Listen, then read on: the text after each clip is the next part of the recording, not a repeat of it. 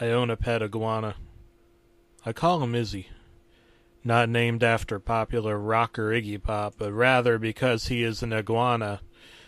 One day when I was hungry and there was nothing to eat in the house, I decided to head down to the local delicatessen and purchase some meat. The man at the deli told me that last night someone had purchased 2,000 pounds of meat, so there wouldn't be any to go around until the shipping company returned the next day. Fuck. I tried to stop at a few fast food restaurants around town, but it was 2 a.m. and they were all closed. I went home disappointed and looked in my fridge to find a sinister-looking box of Hamburger Helper that I knew I had never purchased. Izzy was hungry. I'd earlier fed him a few flies and some Jolly Ranchers I found under the fridge. That was when I saw him. The Hamburger Helper hand at my window. How could this be? I myself knew that no god or mortal man would allow such a strange occurrence. I rubbed my eyes twice, and it was true. It was him. The Hamburger Helper mascot was at my windowsill. "Good morning, fuckface!" He was leering, and his pupils looked slightly bloodshot. The clown nose deflated. He turned around, and I couldn't tell what he was doing. I tried to move in closer, and he leered, crouching as only a hand could. That was when it happened. That was when the horror started. He was holding a sharp 8-inch Santaku blade. "Now listen here, fuckface, I'm going to lend you a hand and help you make a family dinner you and your little dumpster dinosaur will never forget. You think you could ignore me? You thought you could ignore me!" What was he talking about? What in God's name? Yes, I sat in the back of your cupboard. You were hungry, huh? You needed a helper, but not me. Not the Hamburger Helper. So I sat in the back thinking and plotting and planning for this day. Day 200, baked beans. Day 370, Little Debbie snack cakes. You ate them and they were expired. His eyes were evil and bloodshot. You had Zatarain's rice and beans, a Taco Bell flavor fiesta kit, and all the lemon gumdrop lozenges a minimum wage salary could buy. Years passed. Federal minimum wage laws passed. And you forgot about the help. I started moving toward the phone to call 911.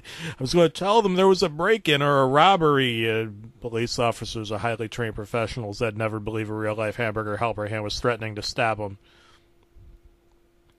And I waited to see if you loved me.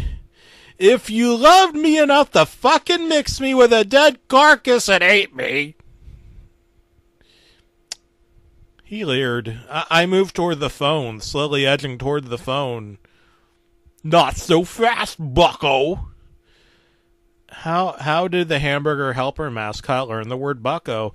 He jumped from the window, still holding the serrated blade. Oh my God, Sir Isworth! No! I screamed. He quickly jumped into the glass enclosure and cornered little Izzles. My son. Izzles. My reptilian son, in a way. That's what he was to me. Like a son.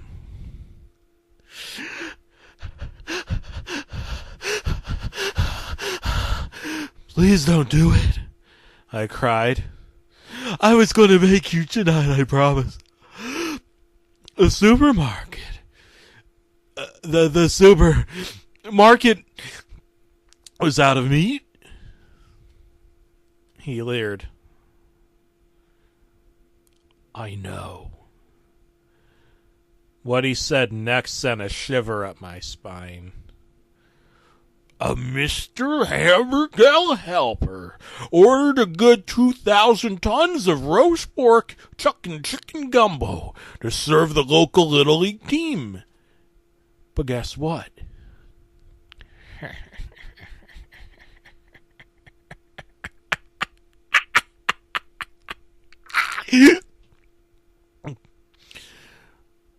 There was no Little League team. He leered, and leered some more.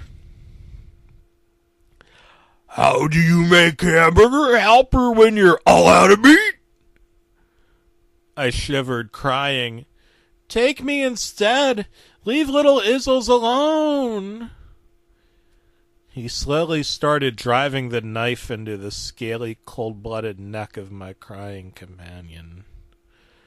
I'll give you whatever you want. Please. Please don't. Well, you know what they say. An eye for an eye makes the whole world blind, but what they didn't tell you is that you have two eyes, along with two hands. And that's what happened to me. I put my palm out, and after some excruciating slitting, sawing through bone, bleeding, the deed was done. The little Mitt would never be alone again. I'll tell you, a hungry reptile will take whatever he can get. My severed hand in the cage with a button nose and two eyes drawn on a tiny, tiny little dinner table. And the server, Iggy's diner, and the hamburger helper oven Mitt, slowly seducing my severed, bleeding hand, slowly making love to my hand. Iggy wasn't serving food, though, even with his little chef hat on. He was nibbling on Jill, the new guest of the diner, a compadre friend. My severed hand. You'll be feeding the rest of me soon. Every few days he drops a chunk of my flesh into that hot, boiling pot of water, along with twisty noodles and expired cheese sauce. I guess I'm helping. I mean, tomorrow we're eating arm helper, and then leg helper, eye helper, appendix helper. There are so many new products being introduced into the market these days. Epididymis helper. It turned out that hand was the hand of an ancient priestess who made a blood pact deal with an ancient reptoid species. Or at least that's what he told me while he was enjoying my femur, spinal cord, and what remains of kidney. Little mix up in marketing. No big deal. I forgive him. Anyway, my phone is at like 5% battery, so I just thought I'd let you know. At least somebody loves me.